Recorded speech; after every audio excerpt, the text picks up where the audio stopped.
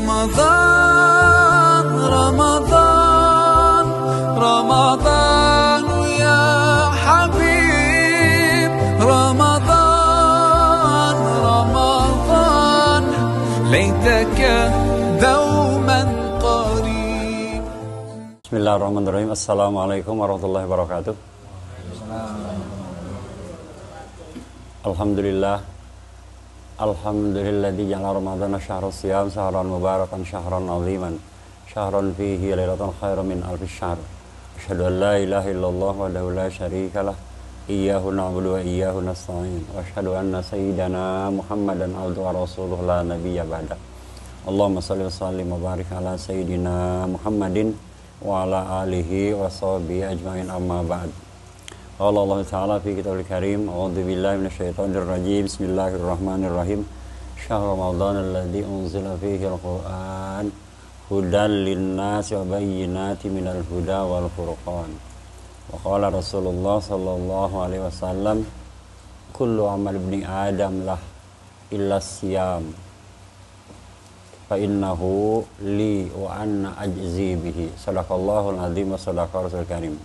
Ma'asyiral muslimin rahimakumullah, jamaah salat zuhur yang dirahmati Allah, wabil khusus kepada Bapak Kasih yang alhamdulillah pada hari ini bersama-sama dengan kita hadir di KUA Kecamatan Menteng, yang sama-sama kita hormati Bapak Kepala KUA Menteng, yang sama-sama kita hormati teman-teman kita semua. Pertama-tama mari kita sama-sama memanjatkan segala puji dan rasa syukur kita kepada Allah Subhanahu wa taala atas karunia nikmatnya. Di siang hari ini kita dipertemukan di tempat yang mulia ini, tempat yang penuh dengan keberkahan dalam rangka melaksanakan atau menunaikan sholat zuhur berjamaah di bulan suci Ramadan. Mudah-mudahan kita semua senantiasa ada di dalam bimbingan, lindungan dan maghfirah Allah Subhanahu wa taala. Amin. Salawat dan salam semoga tercurah ke hariban junjungan kita Habibina wa Syafiina wa Maulana Nabi besar Muhammad sallallahu alaihi wasallam, pada keluarganya, para sahabatnya, para pengikutnya, dan kita semua. Harapan kita kelak di yaumil qiyamah kita mendapatkan syafaatul utsman dari beliau. Jamaah sekalian, dalam kesempatan kultum yang singkat ini saya akan menyampaikan pesan Sayyidina Utsman yang tertera di dalam kitab Nashihul Ibad. Beliau mengatakan, innal mu'mina fi sittati anwa'in minal khaufi. Sesungguhnya seorang mukmin itu harus takut dengan 6 perkara. Harus takut dengan 6 perkara. Ahaduha min qibalillah ayyakhudha minhul iman. Kata beliau, yang pertama, takutlah kalian dengan Allah. Jangan sampai Allah mengambil kembali iman yang sudah dianugerahkan kepada kita. Hadirin kaum muslimin, kita ini termasuk orang yang beruntung. Tanpa meminta barangkali kita sudah dijadikan Allah orang-orang Islam, orang-orang yang beriman. Luar biasa ini. Tetapi tentu saja keislaman kita, keimanan kita bukan harga mati. Bukan permanen, tidak ada jaminan kita hidup dan kemudian kita meninggal dalam keadaan beriman. Lanjut, tidak hanya keimanan kita tergantung kepada kita, bagaimana kita memelihara dan menjaga keimanan kita. Kalau kita tidak pandai menjaga keimanan kita, bukan tidak mungkin kelak Allah akan mencabut kembali keimanan kita dan kita meninggal dalam keadaan tidak mempunyai iman. Nah, oleh karena itu, maka jagalah, peliharalah keimanan kita. Puasa itu merupakan salah satu upaya, ya, salah satu kesempatan yang Allah berikan kepada kita agar supaya keimanan kita menjadi kuat. Coba kita simak baik-baik, ya. Surat Al-Baqarah 183 ketika Allah memerintahkan kita untuk melaksanakan puasa. Ya ayyuhalladzina amanu, hei orang-orang yang beriman. Yang dipanggil oleh Allah adalah orang beriman. Kutiba alaikumusiyam kama kutiba alal ladzina min qablikum la'allakum tattaqun. Diwajibkan atas kalian melaksanakan puasa supaya kalian menjadi orang yang bertakwa.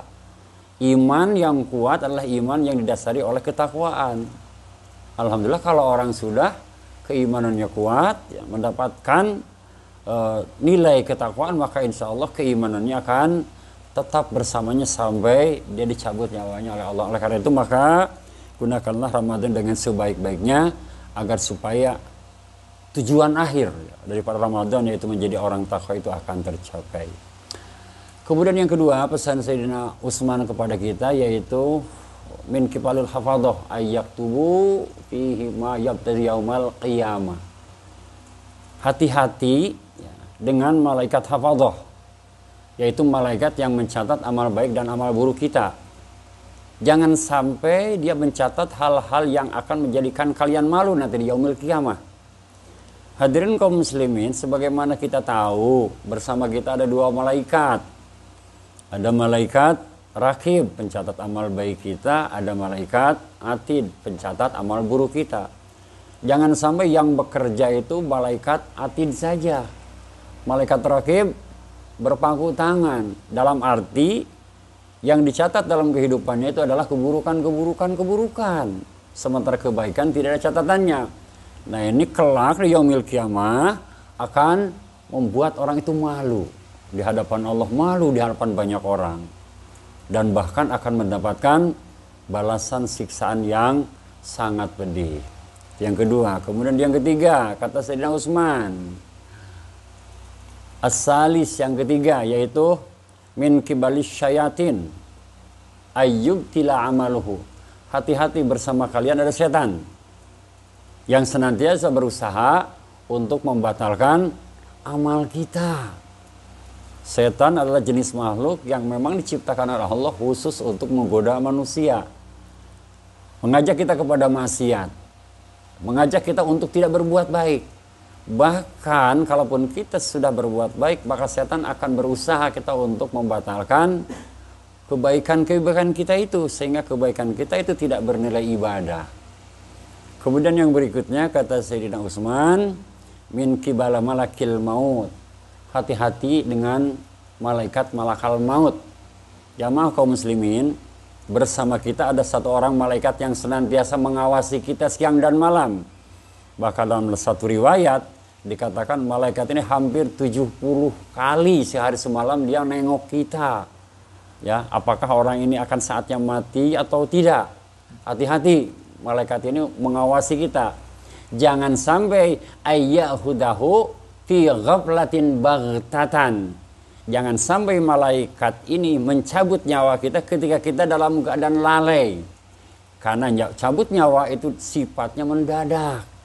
Nah, oleh karena itu maka senantiasalah kita selalu dalam kebaikan, selalu dalam perbuatan-perbuatan amal yang bermanfaat, sehingga ketika malaikat datang kita dicabut dalam keadaan apa yang kita sebut dalam keadaan husnul khatimah. Makanya kita berdoa kepada Allah, Allahumma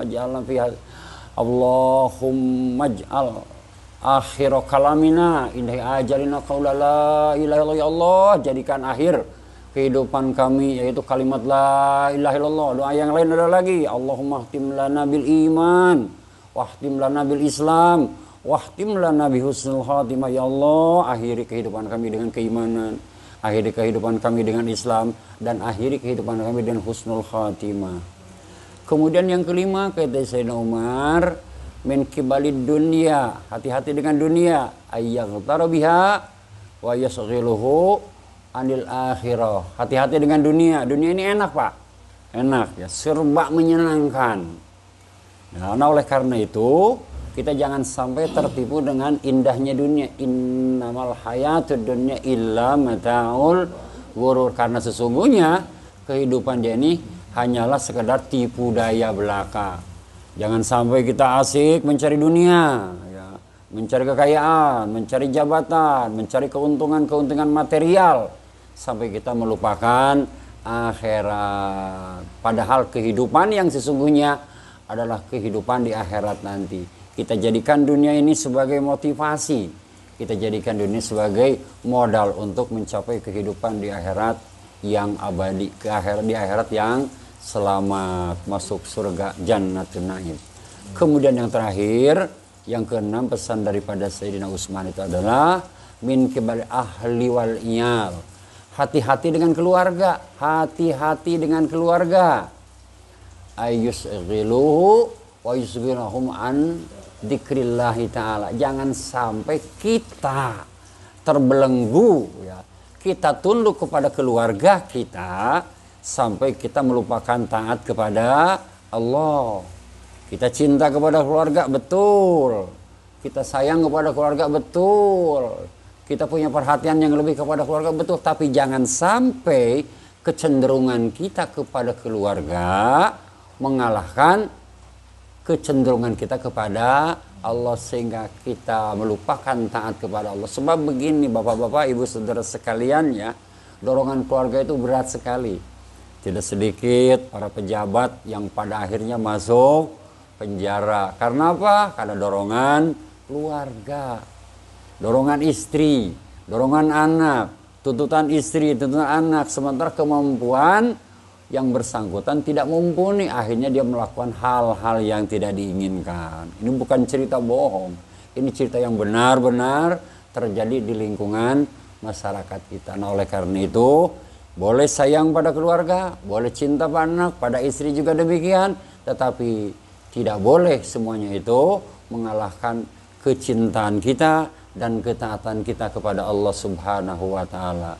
Jamaah kaum muslimin, barangkali itu saja ya yang bisa sampaikan dalam kesempatan ini.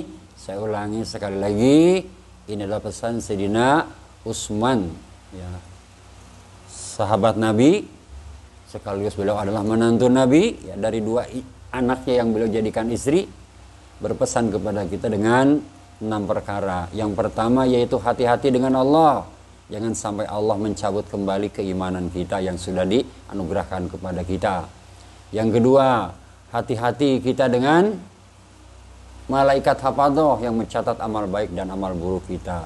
Yang ketiga, hati-hati dengan syaitan selalu bersama dengan kita. Jangan sampai dia membatalkan amal kita.